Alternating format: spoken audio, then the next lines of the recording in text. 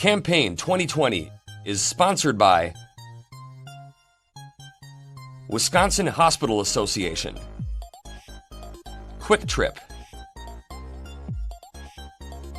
Wisconsin Counties Association, Wisconsin Realtors Association, and Wisconsin Operating Engineers Local 139.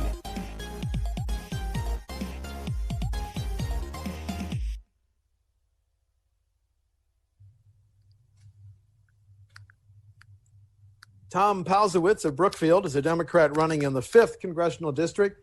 Tom, welcome back to WisconsinEye. Well, thanks for having me. Appreciate it. Well, there's so many campaign issues out there. You're running for an open seat. So give me a quick summary of your top one or two issues. Yeah, I think the way I describe it is it's pre-COVID and after COVID. Our top issues before COVID were climate crisis, healthcare, and gun violence. The pandemic has really showed that we need a universal healthcare plan. Climate crisis hasn't changed. It's still a very important topic, but education and income equality have become even more apparent in these times. Well, let's deal with the pandemic first. If House and Senate leaders are at a gridlock over the next COVID-19 package, what should it include? Well, I always like to think it starts with we should be helping people who are either unemployed or have some reduced income, because those are the ones that are feeling the brunt of the pandemic at this point. So we need to reinstate the $600 a week unemployment insurance. We need to be really thinking about how to get more money into the hands of small business owners. You know, I've been working with small businesses. I own a small business. We need to make sure that they're able to make it through this, because there's a lot of small businesses that are struggling right now. State and local municipalities, as they look at their budgets going into next year, are seeing huge holes, which are going to create cutbacks in services for people if we don't do something about that. So those to me are the top three things that we really need to be concentrating on at this point. You want to go back to the additional $600 a week federal stipend. Do you want it to last 1 month, 2 months, or to the end of the year? I think it should last till the end of the year, because I think we're going to have a lot more clarity about where we're going. But I think that gives people a sense of comfort to know that, okay, they're going to be able to pay their mortgage. They're going to be able to pay their rent. They're going to at least be able to pay for food while they're trying to get back on their feet. The COVID-19 packages from Washington, there was a headline today, have increased the federal debt by $3.3 trillion. We're looking at about $27 trillion. Do we need to cast aside focusing on bringing down the debt because of this COVID emergency that's right that we're dealing with right now? Absolutely. To me, this is the whole point of running a surplus when times are good. I think one of the problems is if you look at the last 2 years, the economy was doing fairly well. Not for everybody, it was doing fairly well, but we were running a deficit. We were running almost $1 trillion deficit in really good times, adding to that debt burden. And now when we really need government to step in and do what it needs to do, suddenly Republicans are now talking about the deficit again. This is the time to be investing in priming the pump to make sure it doesn't get worse. Otherwise, this is going to actually increase the amount of deficit and debt we have if we don't do more now. One thing President Trump would like to do is to do away with the federal payroll tax to the end of the year. Good idea or bad idea? Personally, I don't think it makes a lot of sense. One is it's really helping workers who already have a job. It's not even in the top three as I look at where we need to help. But then it also creates a potential problem that we're going to have to backfill that gap in the Social Security fund. And I just don't understand. You know, I think you saw the release that came out today. That fund's going to be dry by 2031 is the latest estimate from CBO. And all we're doing is basically creating more of a hole. I think our Treasury Secretary said that we're going to use general funds to fill that hole, but it's got to come from someplace. And I just don't think those are the people that need the most help right now. Well, if Social Security is on track to go bankrupt 2031, how would you fix it as a member of Congress?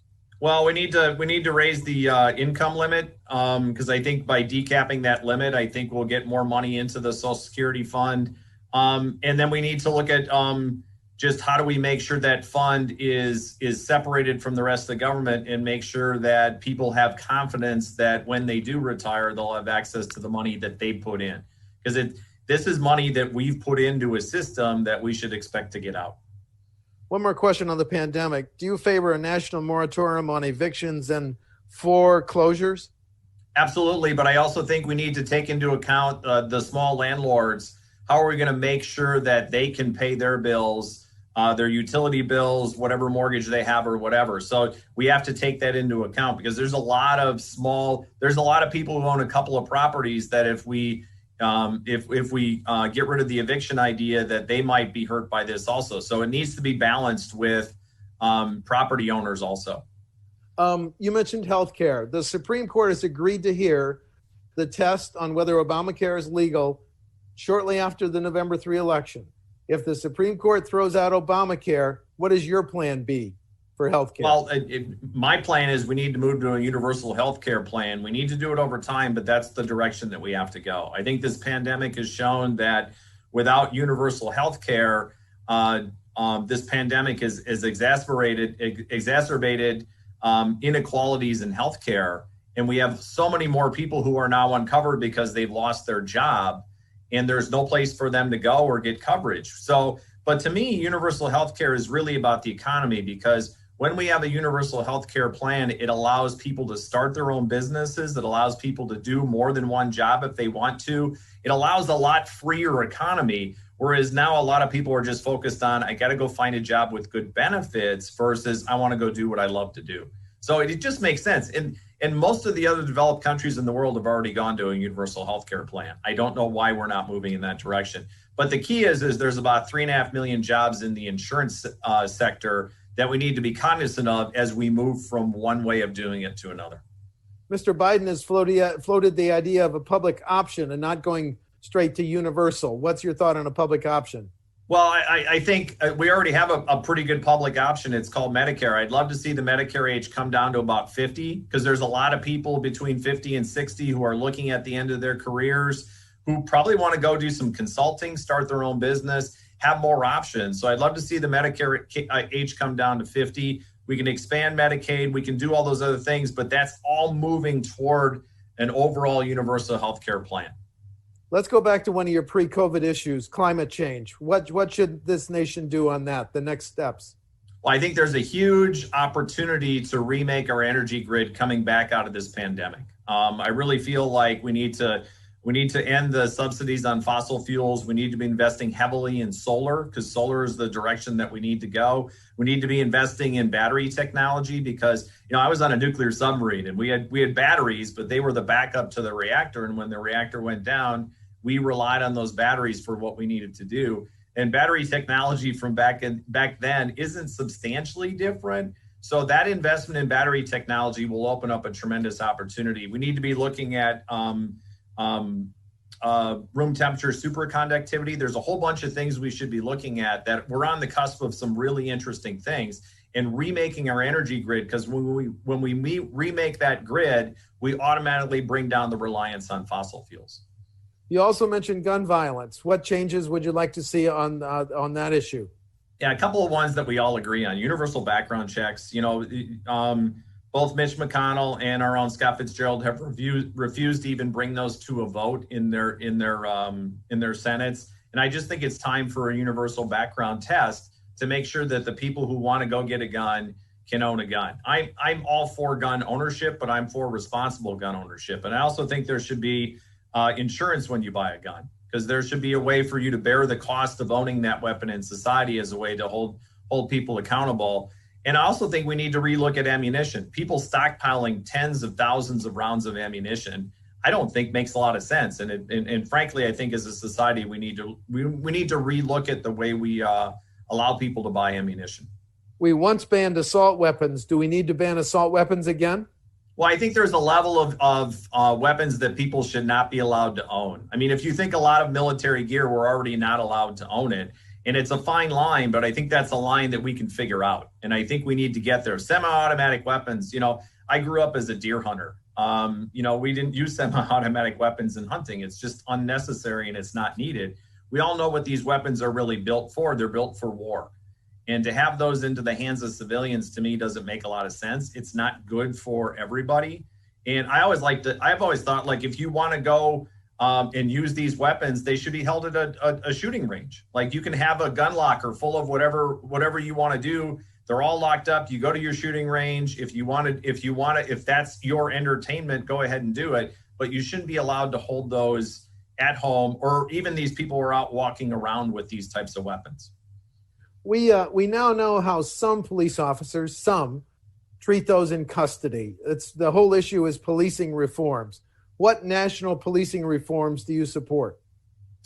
There's quite a few. I think one is we need more de-escalation training. I have an uncle who was a 30-year veteran of a police force, and he loves to tell this story that he never once pulled his weapon in 30 years. And what he always did was he started a conversation and worked on de-escalating the situation. And the story he tells me that sticks with me is he was called to the carpet by his superiors for not pulling his weapon in certain situations, even though the goal was de-escalation. So I think we need to do that. We need to demilitarize the police, the vehicles that they have, the gear that they have. It's, we've gotten to the point now where we've militarized our police, and they don't seem to look like they're trying to serve us, and it's become a situation where people, I think, are more afraid of what the police could do versus the police helping people out. And I'm not for defunding the police. What I like to say is I'm for looking at the investments that we have in policing, and how do we put more money into mental health care? How do we put more money into social work? How do we help people where they're at? Because I think every 911 call doesn't necessarily need to be answered by the police department. I think there's a lot of ways to relook at that whole process.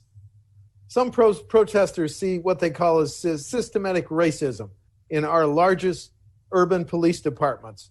Do you believe they are right? Oh, absolutely. As a country, this is, I think, where we're at as a country. We're either going to admit that we have some systemic racism or we don't.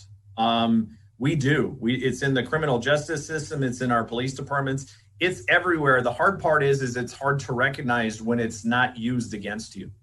And for us to be able to take a step back and really relook at things, because I'm so proud of Milwaukee County. Milwaukee County announced in 2019 that racism is a health crisis. And what that did is that kicked off the idea that we need to look at everything through a racial equity lens and really determine how we're doing things. And I think that was a magnificent first step.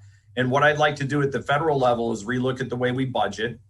Are we really doing it through a racial equity lens? Are we really treating people the same through the mechanics of our system of government? And I think it's just something that we need to look at. It'd be nice to find out there is no systemic racism, but everything we see tends to point toward the system itself is a little bit skewed, and we need to work on that. Let's talk about immigration reform. What should happen with our DACA young people who were brought here by their parents or caretakers as children? What should happen with those DACA? They've grown up here. They've been educated here. They're probably now, if they've gone through the education system, have some kind of job here. They're citizens. We need to figure out a way to make them citizens as quickly as possible. I'm all for faster and easier immigration, because immigration is a driver of our economy. There's a lot of people that want to come here and want to work hard and want to do the jobs that are at the lowest end of the totem pole. And we need people who want to come here and want to do better and make themselves better and have a chance at the American dream. That's what we're all about. And one of the things that I'm so frustrated about is we talk about the American dream, but we've gone away from giving people the opportunity on the American dream. And that's not only just immigration, that's education, that's healthcare. I was in the Navy. I came back, got a college education through the GI Bill, bought my first home through the GI Bill. Without those things, I'm not sure where I would be today. And those weren't handouts. Those were hand-ups to help me be able to achieve the American dream. And I think we need to level the playing field for everyone. But, in this country, our birth and death rates are almost getting close to equal right now. So as a country, we're not going to be growing our population, and population growth is a small driver of the economy. And if we want the economy to grow, we need a little bit of population growth also. So there should be a path to citizenship for those that are here illegally. And do we need a border wall? No, of course not. That's the one thing I keep thinking about is nobody's talking about we need a border wall between us and Canada. It's only between us and Mexico. And I just don't understand why building a wall would make people feel more safe when that's not the issue. The issue is there's a lot of people who come in here and want to achieve the American dream. How do we make it easier for them? Okay, you're going for an open seat. Talk about your differences with Republican Scott Fitzgerald. Well, I think the biggest difference is, do you believe that there's a place for government to have a hand in helping people in times of crisis and making sure that the playing field is leveled? A lot of the things we've already been talking about are not government interference or government domination. It's government making sure the playing field is as level as possible for everybody who lives here. And one of the big differences I see between what I'm talking about and what my opponent is talking about is Scott Fitzgerald doesn't believe there's a place for government anywhere. He's all about focus on cutting taxes and making government stay out of the way. The president in this pandemic has decided that the national government has no place in this. He kicked it to the states. Our governor tried to do something about it. He was thwarted at every step by our Republican Assembly and Senate majority leaders, and they said they wanted local control. And every time there was an inkling of some kind of local control, they were immediately brought to court. And I don't understand it. It just doesn't make any sense to me. In times like this, we need an efficient and effective government to make sure the economy works, to make sure we're safe. And that, to me, is the biggest difference. You either believe there's a place for government to help people in their lives, or you don't. Thank you. Tom Palzewicz of Brookfield is a Democratic candidate in the 5th Congressional District. The election is November 3rd. Tom, thank you for talking to WisconsinEye. I appreciate it. Thank you. Thank you very much. Campaign 2020 is sponsored by Wisconsin Hospital Association, Quick Trip, Wisconsin Counties Association, Wisconsin Realtors Association, and Wisconsin Operating Engineers Local 139.